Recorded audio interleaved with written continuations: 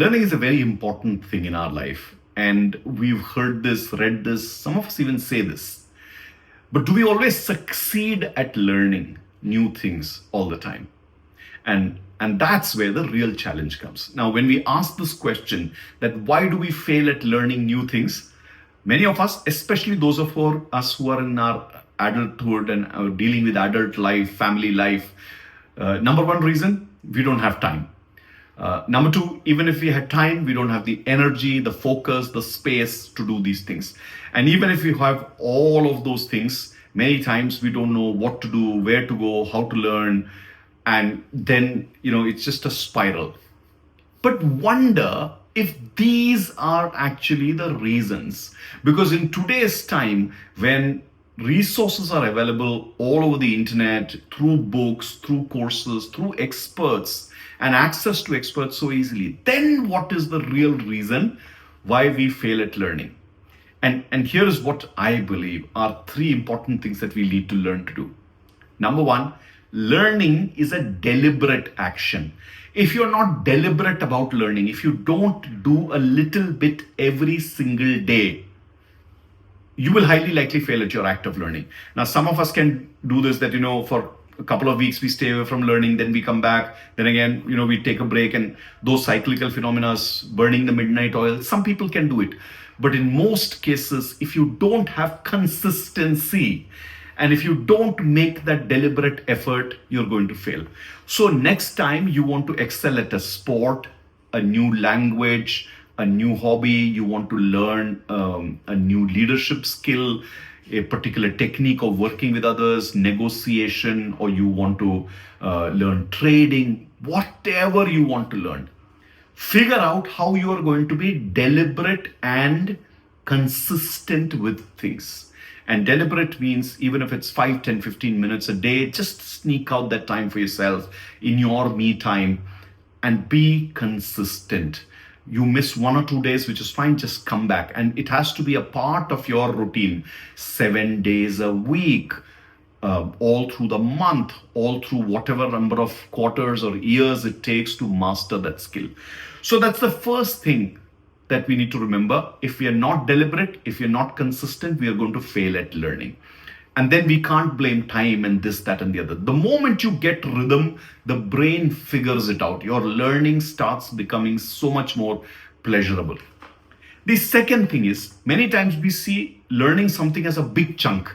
We don't break it down into micro skills or micro aspects or micro modules or micro elements. So let's take an example. Let's say you want to learn a new language. The language is not just a language. There is a spoken, there is a written, and then there is the whole historical aspect about the language. Then the language also has the elements of the grammar, the vocabulary, the sentence construction. There are prose and poetry expression of the language. And then there is things that is there in popular conversation, cinema. There's so many aspects of a language. So wonder where you should start, and a good teacher can guide you, but then look at how you can master various blocks. Like, what if you were to pick up the 100 most popular words of that language or the commonly used words and start mastering those? Pick up simple sentences. Don't worry too much about grammar initially.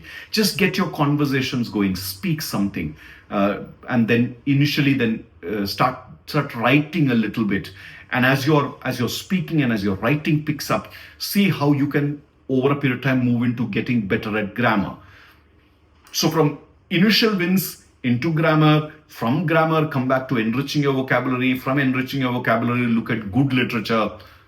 Over a period of 2.5, 3 years, you'll be so wonderful at that language that it's almost going to become like your first language. The same thing goes for sports.